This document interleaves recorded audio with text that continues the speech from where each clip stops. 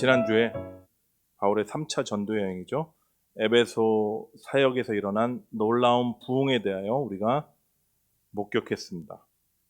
성령의 나타나심과 능력으로 말미암아 하나님에 대한 경외감이 도시 가운데 다시 일어났고요.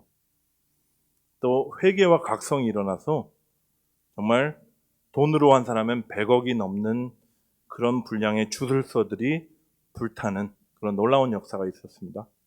이 부흥의 열매로 어떤 일이 벌어졌냐? 성경에는 하나님의 말씀이 힘이 있어 흥왕하여 세력을 얻었다, 이렇게 기록되어 있습니다. 여러분, 이 정도 부흥이 일어났으면 그 다음 어떤 일이 벌어져야 될까요? 큰 부흥의 열매로 회심자들이 쏟아져 들어왔겠죠. 교회가 그냥 큰 교회가 아니라 메가처치급 되는 교회가 세워지고요. 도시 자체가, 예전에 이제 기독교 정치인들이 이런 얘기 많이 했는데, 도시가 성시화되는 그런 역사가 일어나야 되지 않냐, 그런 생각이 드는데요. 그러나 늘 그랬듯이 정반대의 상황이 펼쳐집니다. 어떤 상황인지 본문 첫 번째 말씀 같이 보시죠. 그때쯤 되어 이 도로 말미암아 적지 않은 소동이 있었으니, 이렇게 이어져요. 적지 않은 소동이다, 이렇게 표현한 것은 폭동 수준의 소동이 일어났다, 이런 의미입니다. 무슨 소동인지 제가 잘 말씀드릴게요. 여러분들 읽으셔서 아시겠지만 데메드리오라는 어떤 은 세공업자가 있었습니다. 은으로 아데미의 신전, 아르테미스거든요. 그리스어로 아르테미스 신상 모형을 만들어서 파는 어떤 수공업자 길드 같은 게 있었어요. 그 길드의 대표격인 사람입니다. 그가 직공들과 또 이 일로 장사하는 사람들을 모아서 바울을 모함해요. 어떤 얘기를 하는지 성경을 보시면 이렇게 나옵니다. 우리의 풍족한 생활이 이 생업에 달려 있는데, 이 바울이 하고 다니는 소리가 정말 사람의 손으로 만든 것들은 신이 아니라 이렇게 다니니까 우리의 이 영업이 큰 지장을 받게 됐다, 이런 말입니다. 근데 이제 명목상으로 뭐라 그러냐면, 아데미의 신전도 무시를 당하고 온 아시아와 천하가 위하는 그의 위엄도 떨어질까 걱정이다.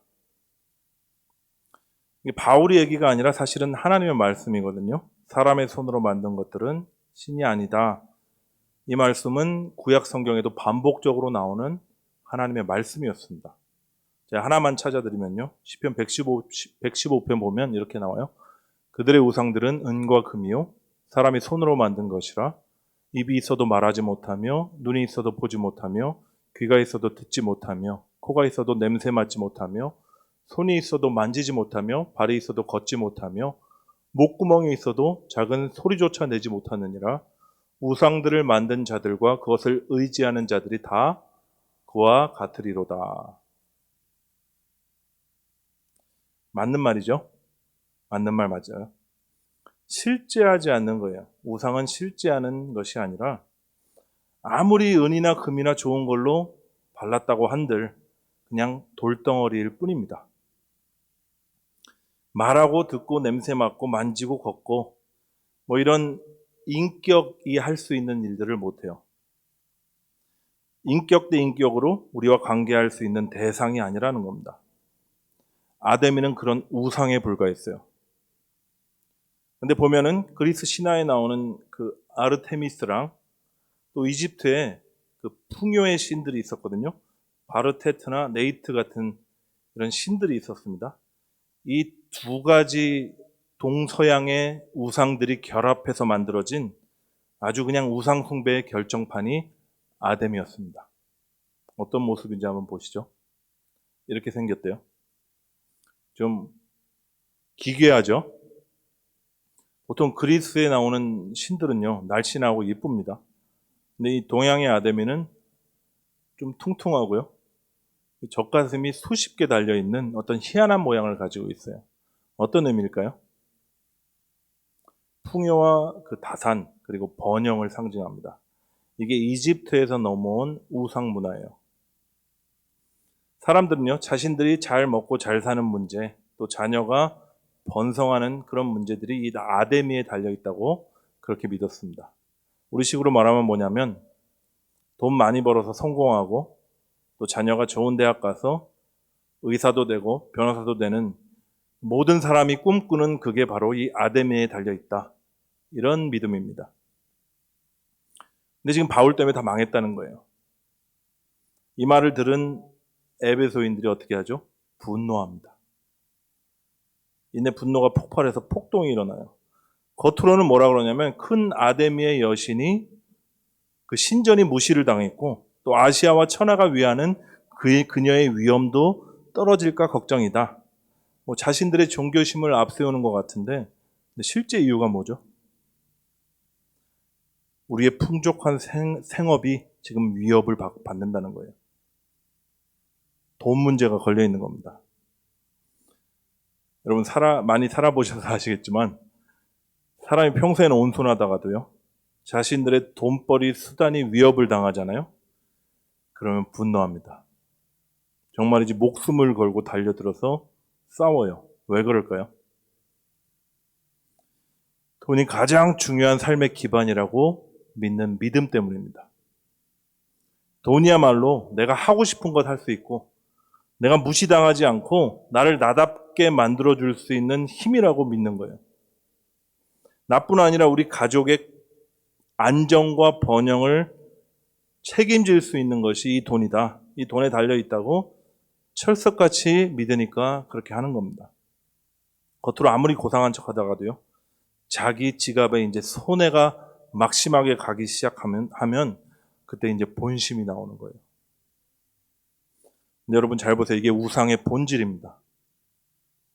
어떤 형상이나 존재를 만들어 놓고요. 종교심을 가지는 것처럼 하지만 그렇지만 실상은 뭐를 섬겨요? 자신들의 배를 섬기는 거예요. 나의 번영과 나의 만족과 나의 성공을 책임져 줄 대상을 섬기는 겁니다. 나의 기쁨과 나의 평안과 내 자아를 섬기고 있는 거예요. 지금 우리가 사는 시대가 어때요? 자아실현, 자기사랑, 이게 긍정적인 아이콘이 됐습니다. 그리고 어떻게 보면 삶의 인생의 목적인 것처럼 사람들이 믿게 됐어요. 너 인생의 목적이 뭐냐 그러면 행복이다, 자아실현이다 이렇게 대답합니다. 여러분 정말 무서운 게 뭔지 아세요? 사람들은 자아를 추구하는 게 뭐가 문제냐 그러면서 자신들의 배를 섬기지만 실제로는 뭐를 섬기냐 하면 그 배 안에 또아리치고 앉아있는 사단을 섬기는 것입니다. 근데 그걸 사람들이 잘 몰라요. 왜냐하면 이 사단이 거짓의 압이고 또 속이는데 아주 귀재거든요. 사단이 만약 머리에 뿔 달고 나타나가지고 나를 섬기라 하면 누가 섬기겠습니까? 근데 성경에 뭐라고 나오냐면 사단이 광명한 천사의 모습으로 가장한다 이렇게 나와요. 에베소에서도 마찬가지였어요. 사람들은 자신들의 배를 섬기고 있었습니다. 아니 실제로는 그 배 안에 탐욕과 욕심으로 가득 찬 그 배 안에 있던 사단을 섬기고 있었던 거예요. 근데 부흥이 일어나고요. 사람들이 회심하기 시작하니까 이 사단이 가만히 있을 리가 없죠. 상황이 다급하니까요. 광명의 천사의 모습으로 하고 있던 사단이 드디어 본색을 드러냅니다. 여기서 잠깐 사단이 광명의 천사다 그러면 어떤 모습일까요? 착하고 예쁘고 이런 모습일까요? 크고 화려한 모습이에요. 보고 있으면 입이 떡 벌어지는 아주 웅장한 모습으로 현혹합니다. 그러면 사람들이 다 속아요. 아데미 여신의 그 신전이 이와 같았습니다. 얼마나 크고 웅장했는지 세계 7대 불가 사이에 아데미 신전이 들어가 있어요. 가로가 69m, 세로가 129m, 이게 축구장보다 큰 거거든요. 축구장보다 큰 건축물이었습니다. 아파트 6층 높이에 대리석으로 된 기둥이 몇 개였냐? 127개가 서 있었대요. 기둥뿐 아니라 전체가 대리석으로 만들어진 고대 최초의 신전이자 또 고대 세계의 가장 거대한 화려한 건축물이었습니다. 지금은 남아있지 않지만 이런 모습이었을 거라고 추정하고 있어요. 고대 세계 7대 불가사의를 이제 확정했던 시인이 있거든요. 시돈의 안티파트로스라는 시인이 뭐라고 노래를 했냐면요. 올림포스 산을 제외하고 태양이 비춘 곳 중에 이 아데미 신전보다 거대한 것은 결코 본 적이 없다. 이렇게 노래를 했었어요. 여러분, 사람들은요, 크고 화려한 것을 보면요, 경외감을 느낍니다. 그리고 부러워하고 또 그 앞에 굴복해요. 왜 그럴까요? 자신도 그렇게 번영하고 싶고 성공하고 커지고 싶기 때문이에요. 그래서 자신보다 더 큰 무엇인가 있으면 자신이 그렇게 되고 싶고 또 닮고 싶은 그 모습 앞에 딱 서면 압도당하는 거예요. 이렇게 생각합니다. 뭐가 대단한 것, 뭐가 좋은 것이 있으니까 이렇게 크고 화려해졌겠지, 이렇게 믿어요. 사단이 이런 우리의 성정을 다 알고 있습니다. 크고 화려한 모습으로 그래서 우리를 미혹해요. 여러분, 크고 화려한 거 너무 좋아하지 마십시오. 예수님 말씀처럼요, 돌 위에 돌 하나도 남지 않고 다 무너질 것들입니다. 예루살렘에 있던 거대한 헤롯 성전도요, 제자들이 감탄을 했거든요, 보면서. 그때 예수님이 뭐라 그러셨냐면, 돌 위에 돌 하나도 남지 않고 무너질 것이다 했는데, AD 70년에 그 예언의 말씀이 성취됐습니다. 헤롯 성전도 무너졌고요, 아데미 신전도 다 무너졌어요. 증거를 보여드리면 이 사진입니다. 지금 여러분, 성지순례 간다고 이제 튀르키예죠. 튀르키예 에페소스 가면 이거밖에 안 남아있대요. 딱 하나 기둥 남아있다고 합니다. 여러분, 눈에 보이는 것들, 그것은 아무리 크고 화려해 보여도요, 다 무너질 것들이에요. 그렇지만 뭐가 무너지지 않죠? 눈에 보이지 않는 것. 복음은 이제까지 살아서 역사하고 있습니다. 참 생명이 그 안에 있기 때문이에요. 그 복음이 어디까지 왔죠? 우리에게까지 와서 지금 우리 안에 들어와서 우리를 살렸듯이 그 복음은 세상 끝날까지 전 세계, 전 민족, 전 족속들에게 가서 생명을 낳고 생명을 살리는 역사를 계속해 나갈 것입니다. 다시 본문으로 돌아가면요, 아데미 신전은 단순하게 제사만 지내는 곳이 아니었어요. 거대한 은행 역할을 했다 그래요.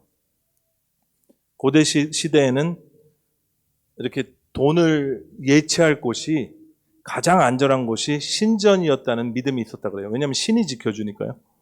그래서 아데미 신전에도 각 지방에서 맡긴 예치금과 보물들로 가득했었다고 합니다.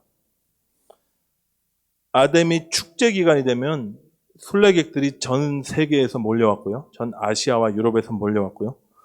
오늘 본문에 나오는 데메드리오와 같은 은장색, 그 세공업자들이 그 아데미 신전 모형을 만들어서 팔았으니까 얼마나 잘 팔렸겠습니까? 근데 이 사업에 막대한 손해를 주는 바울 일행이 나타난 거예요. 얼마나 죽이고 싶었을까요? 그래서 은세공업자들과 상인들을 중심으로 폭동이 일어나기 시작합니다. 바울을 잡아 죽이려고 하는데 바울을 찾을 수가 없는 거예요. 그래서 대신 꽁 대신 닭이라고 바울과 같이 다니던 마게도니아 사람 가이오와 아리스다고를 붙들어서 영국장으로 데리고 들어갑니다. 근데 이때 바울이 이 소식을 듣고 영국장으로 들어가려고 그래요. 근데 제자들이 말리고 또 친구들이 만류하는 그 장면이 나와요. 오늘 설교에서 가장 중요한 부분이니까 함께 봉독해 주시면 감사하겠습니다. 시작. 바울이 백성 가운데로 들어가고자 하나 제자들이 말리고 또 아시아 관리 중에 바울의 친구된 어떤 이들이 그에게 통지하여 영국장에 들어가지 말라 권하더라. 하고 많은 말씀 중에 왜 이게 가장 중요한지 약간 의아하시죠? 왜냐? 바로 영적 전쟁의 방법이 여기 담겨 있기 때문이에요. 오늘 설교 제목이 뭐였죠? 마음의 전쟁에서 승리하려면 이거였습니다. 그 승리의 비법이 여기에 있습니다. 궁금하시죠? 네, 한번 따라오세요. 생각해 보십시오. 자신들의 제자들이 지금 붙들려 갔어요. 위험에 처해 있는 것을 보면서 바울의 심정이 어땠겠습니까? 그 위험을 자신이 짊어지고 싶었을 거예요. 자신의 동역자들이 위험에 빠지는 걸 보고 있느니 차라리 자신이 들어가서 모든 해를 받기를 원했을 겁니다. 비굴하게 도망가느니 들어가서 맞서 변명이라도 하다가 변증이라도 하다가 싸우다가 장렬하게 사망하더라도 그러고 싶었을 거예요. 근데 그의 친구들이 만류하죠. 아니, 하나님께서 친구들의 입을 빌려서 바울을 막으신 거예요. 그 말을 듣고 바울은 영국장으로 들어가지 않습니다. 그 결과 어떻게 됐죠? 인간의 용기와 어떤 영웅심이 다 내려놓아진 그 전장에서 하나님이 싸우십니다. 큰 소동을 듣고 모인 사람들은요, 왜 모인지도 몰라요. 2시간 동안 크다 에베소 사람의 아데미여 하고 소리만 질렀습니다. 근데 정부 관료죠. 서기장이 딱 일어나서 나서서 무리를 진정시키는 거예요. 그가 얼마나 지혜롭게 얘기했나 성경에 보니까 이렇게 나와요. 에베소 시민 여러분, 우리의 도시 에베소가 위대한 아데미 여신과 하늘에서 내린 그 신상을 모신 신전 수호자임을 모르는 사람이 어디 있습니까? 이 아데미 우상의 지위와 그것을 지키고 있는 그 자부심을 지켜 세워주는 겁니다. 이것을 부인할 수 없는 사실이니 여러분은 마땅히 진정하고 절대로 경솔한 행동을 해서는 안 됩니다. 이렇게 진정을 시켜준다면 이제 본론을 얘기해요. 여러분이 잡아온 이 사람들은 사실은 신전 물건을 도둑질도 안 했고 또 우리 여신을 모독하지도 않았습니다. 만약 세공업자들이 송사할 일이 있다면 고소 절차를 밟으십시오. 아무 이유 없이 소동 벌이다가는 모두가 소요죄로 운책을 받게 될 위험이 있습니다. 그리고 모임을 해산시켜요. 잘 보세요. 하나님께서는요, 세상 권력의 입을 통해서라도 모든 소동과 소요를 잠잠케 하실 수 있는 전능하신 분이십니다. 바울은요, 이 놀라운 하나님의 역사를 경험했어요. 하나님께서 친히 일하실 때 하나님은 하나님의 사람들을 통째로 삼키려는 그 우는 사자들의 입을 봉합해버리는 것을 똑똑히 보았습니다. 그리고 이런 경험들은요, 바울의 신학으로 정립됐고요. 그의 신학이 또 편지로 쓰여진 게 에베소서입니다. 바울은 이 에베소서를 에베소 교인들에게 보내면서 영적 전쟁이 그 무엇인지 또 어떻게 싸워야 하는지 구체적으로 밝히고 있어요. 오늘 남은 시간은 영적 전쟁에 대해서 제가 잠깐 말씀을 나누겠습니다. 제목에서 눈치를 채셨겠지만 영적 전쟁이 일어나는 그 전장이 어딜까요? 우리들의 마음이에요. 크고 화려한 모습으로 또 성공과 번영이라고 하는 우리들의 그 소욕을 잘 아는 사단이 위장해서 우리의 욕심을 자극합니다. 또 두려움을 줘요. 그래서 우리 마음을 사로잡는 거예요. 이 세력과 우리가 한판 전쟁을 벌여야 되는 겁니다. 과거 에베소에만 그랬나요? 지금 이 자본주의 시대가 판을 치는 이 현대사회는 말할 수가 없어요. 단적인 예로 한국 청소년들에게 장래 꿈이 뭐냐 물었을 때 이게 사실은 아니래요. 찾아보니까 빌딩 주인이다라는 밈이 한때 유행했습니다. 겉으로는 교사, 운동선수, 의사 이런 직업들을 말하지만 그 이면에 뭐가 있냐면 돈과 안정, 그리고 자기가 원하는 대로 살고 싶은 그 자유를 갖고 싶은 거예요. 무조건 나쁘다는 건 아니에요. 저도 여유 있고 안정된 삶이 좋습니다. 기왕이면. 허락을 안 하시더라고요, 별로. 그럼에도 불구하고 우리가 깨어있지 않으면요, 이 좋아 보이는 것들로 사단이 우리의 마음을 사로잡아 버려요. 그리고 우리를 끌고 다닙니다. 그러기 너무 쉬운 세상이다. 제가 이 말씀을 드리는 거예요. 이 거대한 사단의 괴계거든요. 이 사단의 견고한 진이 시스템화되어 있는 시대에 우리가 살고 있습니다. 인간의 탐욕과 또 물질에 대한 욕심이 얼마나 엄청난 일을 일으키고 있는지 우리가 지금 전쟁을 통해서 똑똑히 보고 있어요.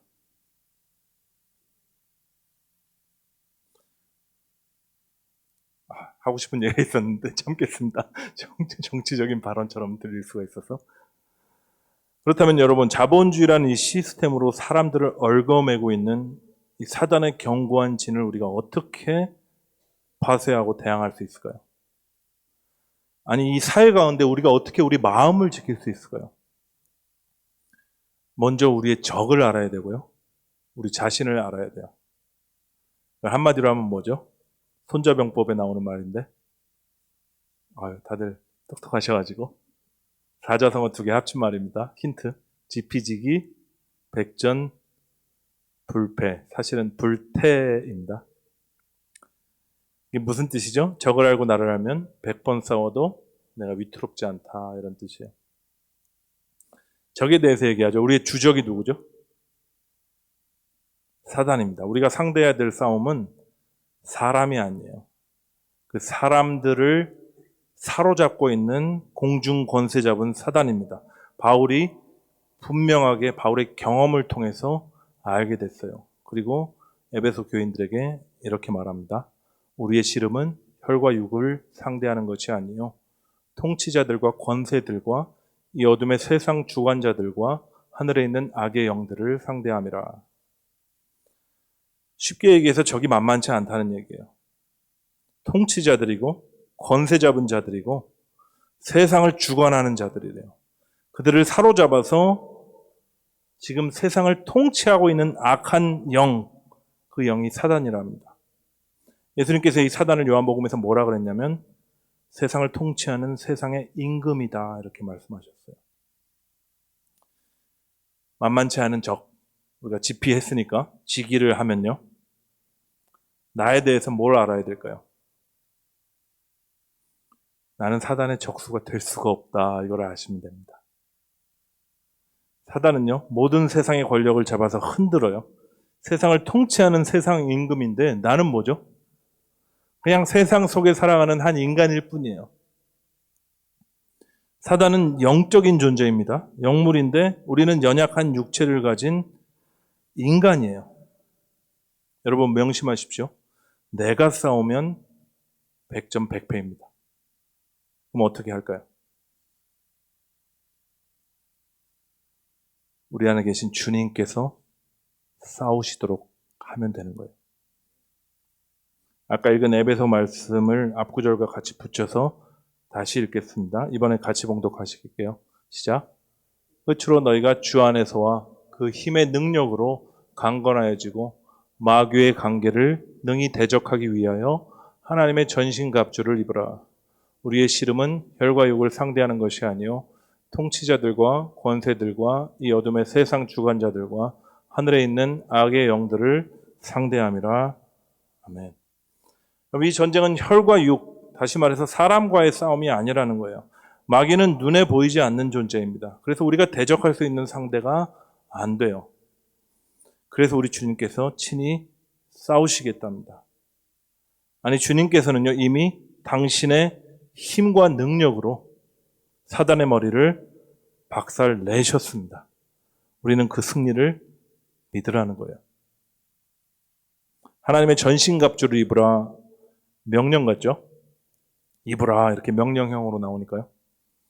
그렇지만 여러분, 성경을 보면서 많이 경험하셨을 거예요. 성경에 나오는 모든 명령은요, 주님께서 친히 이루시겠다는 약속들입니다. 주님께서 육신을 입고 몸소 다 인간의 연약함을 겪으셨기 때문에 다 아세요. 또 그 주님께서 친히 모든 말씀을 다 이루셨다고 하셨습니다. 따라서 전신갑주를 입으라, 이 말은요, 전신갑주를 입혀주겠다 하는 말씀입니다. 전신갑주가 무엇일까? 한번 본문에서 살펴보도록 하겠습니다. 오늘 본문이 아니죠. 에베소서에서 살펴보면 6장에 나와요. 그런즉 서서 진리로 너희 허리띠를 띠고 의의 호심경을 붙이고 평안의 복음이 준비한 것으로 신을 신고 모든 것 위에 믿음의 방패를 가지고 이로써 능히 악한 자의 모든 불화살을 소멸하고 구원의 투구와 성령의 검 곧 하나님의 말씀을 가지라. 전신갑주 하면 이렇게 딱 보면요, 내가 뭔가 잘 갖추고 내가 열심히 주의 말씀으로 무장해서 뭘 해야 될 것 같고, 또 그래서 말씀으로 공격하고 또 방패로 막고 나의 믿음을 세우고 뭐 이런 생각을 하기 쉬운데요, 잘 보십시오 여러분. 진리, 의, 평안, 복음, 구원, 성령, 말씀 다 누구를 가리키는 겁니까? 우리 주 예수 그리스도예요. 진리는 뭐죠? 내가 곧 진리요 생명이다 선언하신 예수님이십니다. 의의 흉배와 구원의 투구 역시 우리 주 예수 그리스도세요. 안 믿으실 것 같아서 제가 말씀 하나 찾아드릴게요. 고린도전서 1장 30절 보면 그리스도 너희는 하나님으로부터 나서 그리스도 예수 안에 있고 예수는 하나님으로부터 나와서 우리의 지혜와 의로움과 거룩함과 구원함이 되셨다. 의와 구원이 누구죠? 예수님이에요. 고대 전쟁에서 가장 무서운 무기는 활이었습니다. 지금 전쟁에서 그 스나이퍼들이 아주 좋은 고성능 총을 가지고 한 명씩 저격하는 것처럼 활 쏘는 자가 죽으면 전쟁에서 졌다 이렇게 생각하던 시대였어요. 당시 머리에 쓰는 투구와 가슴에 쓰는 호심경은 어떤 역할을 했을까요? 불화살이 쏟아지고 있는 전장에서요, 그 한복판에서 화살이 가슴에 꽂히고 머리가 박살나버릴 그런 상황인데 그 화살을 대신 맞아짐으로 몸을 보호해주는 역할이었어요. 내 가슴이 찢어져야 되는데 호심경, 다시 말해 흉배가 대신 화살에 맞아 찢어지고 부서지는 겁니다. 내 머리가 깨어져야 되는데 투구가 대신 깨지고 쪼개지는 거예요. 우리 주님이 그렇게 하셨어요. 십자가에서 사단의 모든 참소와 하나님의 진노의 잔을 받으시고 찢기고 부서지고 깨지고 쪼개지셨습니다. 우리를 위해서요. 그래서 우리는 구원의 투구와 의의 호심경을 거저 얻은 것이지만 우리를 입히시기 위해서 예수 그리스도는 십자가에서 발가벗김을 당하신 거예요. 복음의 신 평강의 신발이 무엇이죠? 말할 것도 없이 이건 예수님이죠. 천사가 나타나서 누가복음에서 이러죠. 내가 온 백성에게 미칠 큰 기쁨의 좋은 소식 복음을 전한다. 오늘 다윗의 동네에 구주가 나셨으니 복음이 뭐라고요? 곧 그리스도 주시니라. 복음도 그리스도예요. 주님께서 이렇게 말씀하셨죠. 내가 평안을 너에게 주노라. 세상이 주는 것과 같지 않다. 평안의 복음이 준비한 신을 너에게 신겨 주시겠다는 약속입니다. 성령의 검, 말씀의 검은요. 성령님 누구시죠? 그리스도의 영이에요. 말씀은요. 말씀이 육신이 되어 오신 예수 그리스도이십니다. 따라서 그분의 입에서 나오는 모든 말씀은요, 좌우의 날선 검이 돼서 먼저 우리의 혼과 영을 쪼개고 관절과 골수까지 찔러 쪼개셔서 우리의 마음과 생각들을 다 드러내고 감찰하신다고 말씀하신 거예요. 우리 편에서 뭘 취해야 될까요? 그리스도께서 친히 당신의 옷을 벗으셔서 우리를 입혀주셨다면 우리는 뭘 해야 되나요? 제가 여러 번 말씀드려서 답을 아시는 것 같은데 믿음의 방패 뒤에 숨으면 됩니다. 믿음의 방패를 가진다는 말씀은요, 우리의 방패가 되시는, 피할 바위가 되시는 그리스도 뒤에 숨으라는 것입니다. 이게 믿음이에요. 소위 우리가 믿음 좋다고 하면 어떤 생각을 하죠? 믿습니다 하면서 방패 앞으로 나가서 내가 주님을 위해서 목숨 바쳐 싸우겠습니다 하면 믿음 좋다 그래요. 근데 에베소 소송 때 바울이 그렇게 하려고 했을 때 주님 막지 않으셨으면 바울은 주님의 뜻과 상관없이 사단에게 패배했을 겁니다. 근데 주님이 막으셨죠. 그리고 진짜 믿음이 좋은 게 무엇인지, 어떻게 하면 전쟁에서 승리하시는지 보여주셨습니다. 진짜 믿음 좋은 게 뭐라고요? 잘 숨는 거예요. 주님의 도우심이 없으면, 주의 보호하심이 없으면 살 수 없는 자임을 내가 너무 잘 알기 때문에, 오직 내 살 길은 그 주님 뒤에 숨는 길밖에 없기 때문에 주님 안에 거하는 것이 참 믿음인 줄 믿으시기 바랍니다. 그래서 하나님의 전신갑주를 입는다는 것은 한마디로 뭐죠? 그리스도로 옷 입으라는 거예요. 중요한 말씀이니까 다시 할게요. 전신갑주를 입는다는 것은 뭘 입는 거라고요? 그리스도로 옷 입는 거예요. 근데 성경에는요, 우리가 이미 그리스도로 옷 입었다 이렇게 선언하고 있습니다. 갈라디아서 3장 27절 말씀이에요. 같이 큰 소리로 봉독하겠습니다. 시작. 누구든지 그리스도와 합하기 위하여 세례 침례를 받은 자는 그리스도로 옷 입었느니라. 완료됐어요. 여기서 옷 입었다는 것은 이미 단회적인 사건으로 일어났던 거예요. 신분적인 변화를 얘기합니다. 성령 침례를 통해서 우리가 그리스도의 죽음과 연합하고 그의 부활에 연합하였다면 우리는 이미 그리스도로 옷 입은 거예요. 그래서 우리에게 필요한 게 뭐라고요? 믿음이라는 거예요. 이 진리를 믿으라고 하십니다. 믿음의 방패를 들고 우리 안에 계신 그리스도께서 싸우시도록 그분 뒤에 숨으래요. 이게 영적 전쟁에서 승리할 수 있는 유일한 길입니다. 마음속에서 끊임없이 일어나는 나의 소욕과 이 미움과 이 상처와 이 죄와 이 욕심의 전쟁에서 내가 승리할 수 있는 비결이에요. 그렇다면 제가 마지막 질문 하나 드릴게요. 그리스도의 방패 뒤에 숨는 거는 오케이. 말씀이 그러니까. 그럼 우리가 그리스도 뒤에 숨어서 뭘 할까요? 자꾸 뭘 하고 싶으시죠? 네. 뭐 아무것도 하지 말라고 제가 하고 싶었지만 성경이 뭘 하라고 그럽니다. 예, 바울은 이렇게 권면해요. 바로 이어서 나오는 말씀입니다. 모든 기도와 간구를 하되 항상 성령 안에서 기도하고 이를 위하여 깨어 구하기를 항상 힘쓰며 여러 성도를 위하여 구하라. 간구하래요. 성령 안에서 깨어 기도하라고 하십니다. 무엇을 구해야 될까요? 성도가 마땅히 구할 것이 무엇일까요? 이번에는요, 바울이 에베소 성도들을 위해서 무엇을 기도하고 있는지 우리가 보면은 우리가 클루를 얻을 수 있어요. 좀 긴데 제가 읽어볼게요.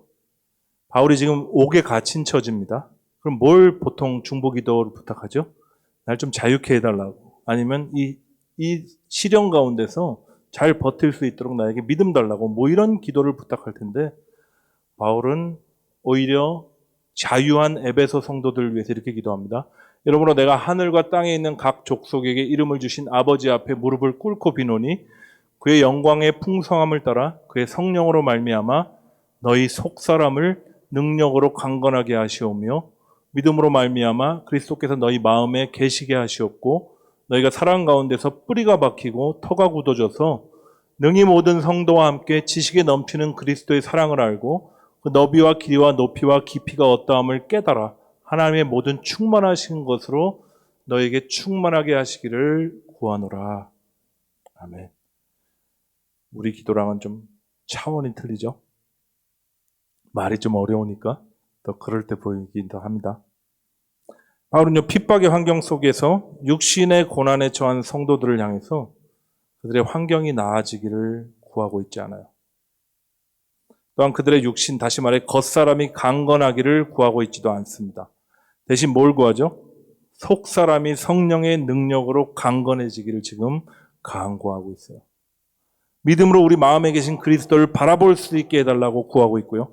그리스도의 사랑에 우리의 뿌리가 박히고요. 터가 굳어져서 날마다 그 예수 사랑으로 충만해지기를 지금 구하고 있습니다. 어떠한 고난과 역경과 그런 상황 가운데서도 승리하고 또 영적 전쟁에서 이길 수 있는 비결이 또한 이 기도 가운데 있어요. 바울의 기도처럼요. 우리의 속사람이 성령의 능력으로 강건해지는 것밖에 없습니다. 하나님께서 우리 마음을 지켜주셔야 돼요.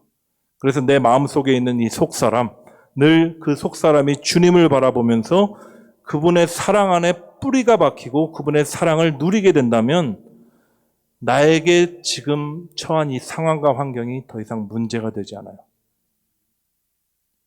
여러분 중에 지금 광야를 걷고 계신 분 계시나요? 사단의 공격과 시험 가운데 마음이 무너진 분 계세요? 믿음의 방패를 드십시오. 그리고 예수 그리스도 뒤에 숨으십시오. 주님께서 이미 승리하셨고 우리가 주님 품 안에 거할 때 그곳에서만 우리가 안전합니다. 근데 혹간 정말 크게 공격을 받거나 크게 상처를 받을 때는 믿음의 방패조차 들 힘이 없을 때가 있어요. 그래서 간구하라고 하신 겁니다. 여러 성도를 위해서 우리가 서로 중보하고 기도하라는 거예요. 주님께서 힘 주셔서 믿음 주셔서 다시 믿음의 방패 들 수 있도록 해달라고 주님께 구하라는 겁니다. 이렇게 함께 하라고 저와 여러분을 교회로 부르신 거예요. 주님 안에서 깨어서 서로를 위해서 중보하라고 서로를 격려하며 세워줌으로 같이 힘을 내서 그렇게 그리스도 뒤에 잘 숨어서 주님께 묶여서 잘 가라고 지금 교회로 우리를 묶어주신 겁니다. 그리고 약속하셨어요. 임마누엘 하시겠다고요. 내가 세상 끝날까지 너희와 가끔? 아니요. 항상 함께 있으리라 약속하신 주님 신실하십니다. 그 약속 지키실 거예요. 시간 하늘로부터 내려지는 그 믿음이 우리 연약한 우리 지체들 가운데 충만하기를 이 시간 간절히 소망합니다. 주님께서 여러 시련 가운데 우리를 만약 두신다면 우리 마음의 모든 어둠을 드러내시려는 것이고 또 그리스도만 정금이 되어 나오실 때까지 우리를 단련하시는 거예요. 우리는 그 사실을 믿고 인내하는 겁니다. 그리고 감사하고 기뻐하면 되는 거예요. 그러면 승리는 누구 것? 이미 결정 났습니다. 주 예수 그리스도께서 승리하시고 그 승리하신 주님이 우리 안에 함께 하십니다.